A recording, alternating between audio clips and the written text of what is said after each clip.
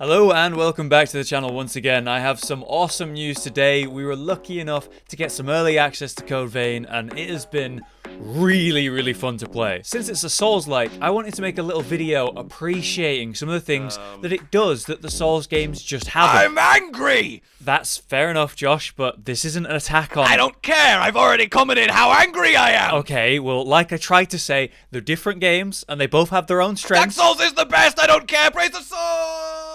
Alright, bye, Josh. Anyway, here's some of the things that I've loved about Code Vein so far that you wouldn't find in Dark Souls. Let's jump in with number one. It's all about the blood veils. Code Vein has this awesome concept. The armor type that you choose to wear not only impacts, let's say, your strength-based character benefiting from some strength scaling, but actually gives you new abilities and playstyle changes. They're almost like their own weapon. Each blood veil gives you a special drain attack. We have the Ogre type, giving you these Wolverine claws, and they have a dash attack associated. We have the Stinger type, giving you this long scorpion tail with its long-range sting attack. The personal favorite for me, the Hounds type, not only giving you the perfect anime jacket that will never fall from those shoulders, but giving you two hound heads to rip and bite your target. And then finally, the Ivy type, giving you these tendrils that you shoot through the floor to blast out in spikes at a target area, whether that's near or far. Each comes with its own parry timing, the Stinger type having the longest delay on its parry window, for example,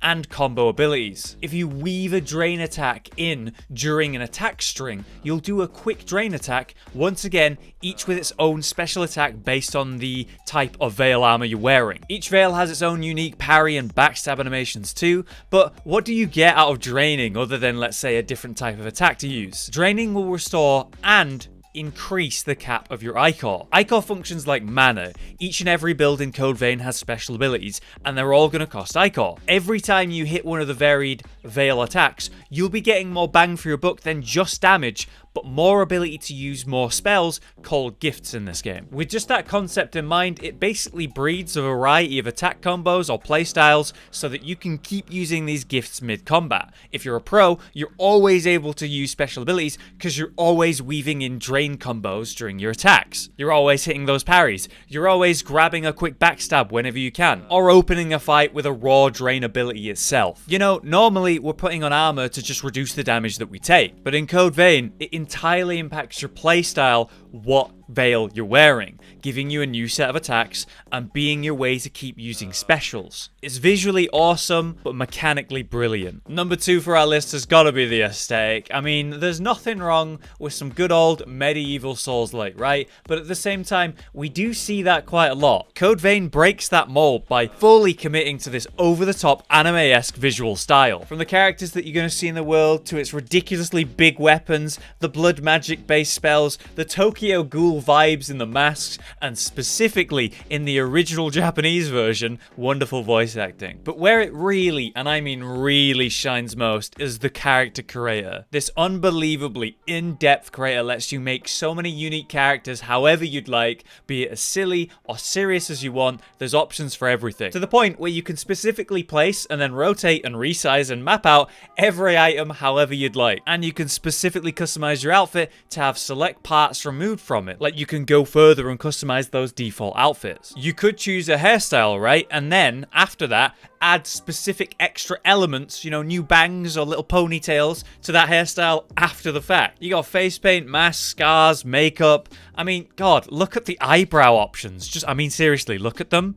Still going. Go really deep. Choose what kind of iris you want in one eye, right? And then make a completely different one for the other eye. Like me, as you can see, I've made a character that's full edge and I'm not even apologetic about it. And then you can see your perfectly made character in all the cinematics or just wandering around in the game when you're playing. And there's something about that that's very satisfying. I streamed my first experiences with the game and we ended up spending a full hour in the character creator. And I saw a few people make the fair comment that if they released just this character creator, like maybe for a browser, people would get a lot of kicks out of making characters in this thing. Now, there's no denying that Souls games have good character creators in place, but it's simply not as detailed as this, not even close. Our third point on our list will take us to the codes. Yes, Code Vein actually does mean something, it's not just an edgy title. The codes function almost like a talent tree or core for your character build. They impact your playstyle, what abilities you have, and what weapons suit that style. You might imagine these as the starting classes you choose in in a Souls game, except in Code Vein, we're able to swap these codes at will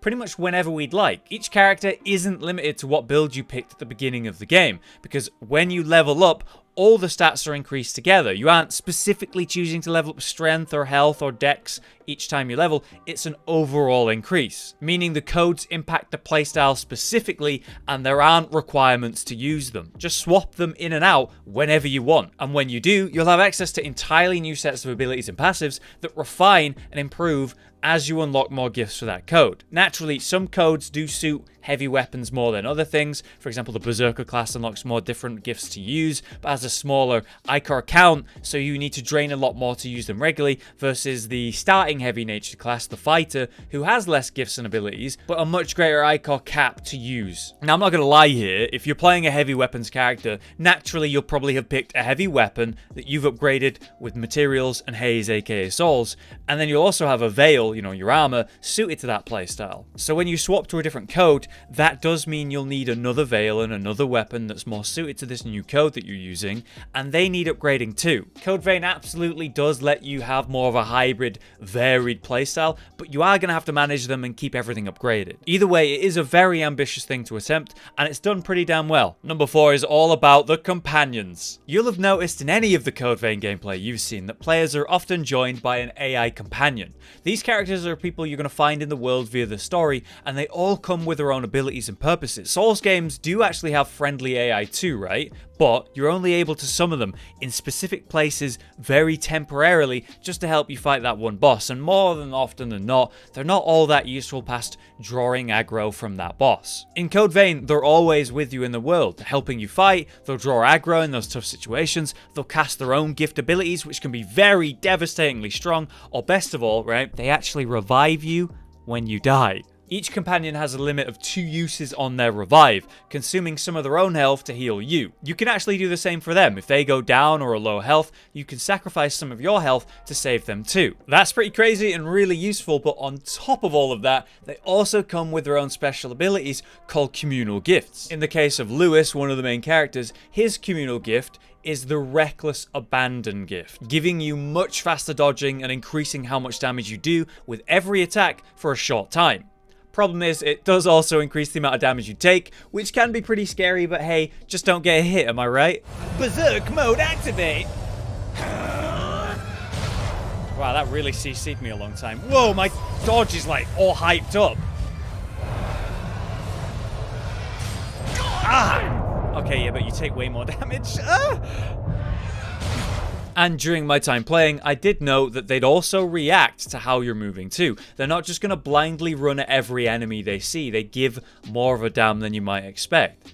If I want to walk up slowly behind an enemy to backstab them, my AI companion won't ruin that for me. He will walk slowly behind me while I do that. It's the little things like that that you've really got to appreciate. I was originally concerned about these AI, about exact things like that, them being more of a nuisance than a help. But so far I've been pretty impressed by how they work, and it seems they've clearly put thought into this. Which brings me to my final point, number 5, and I'm looking forward to the potential reaction to this.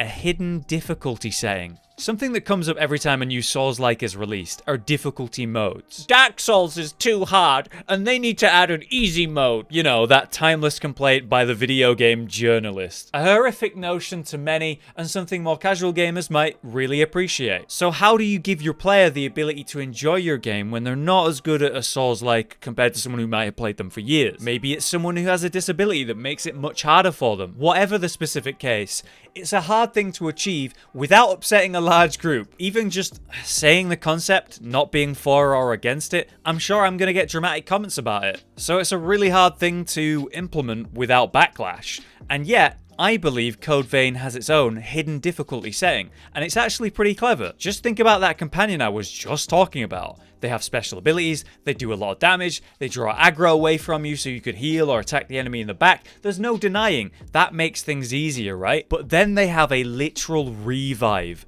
to prevent you dying when you totally did die. That's game-changing. Massively impactful. And well, the thing is, when you're playing alone without a companion, which is entirely an option by the way, you don't have to have one following you around, you don't suddenly get some sort of self-res ability, you don't take less damage or deal more damage because you're solo now. You're just solo. It's simply harder. And so that's kind of why I think it functions as a hidden difficulty option.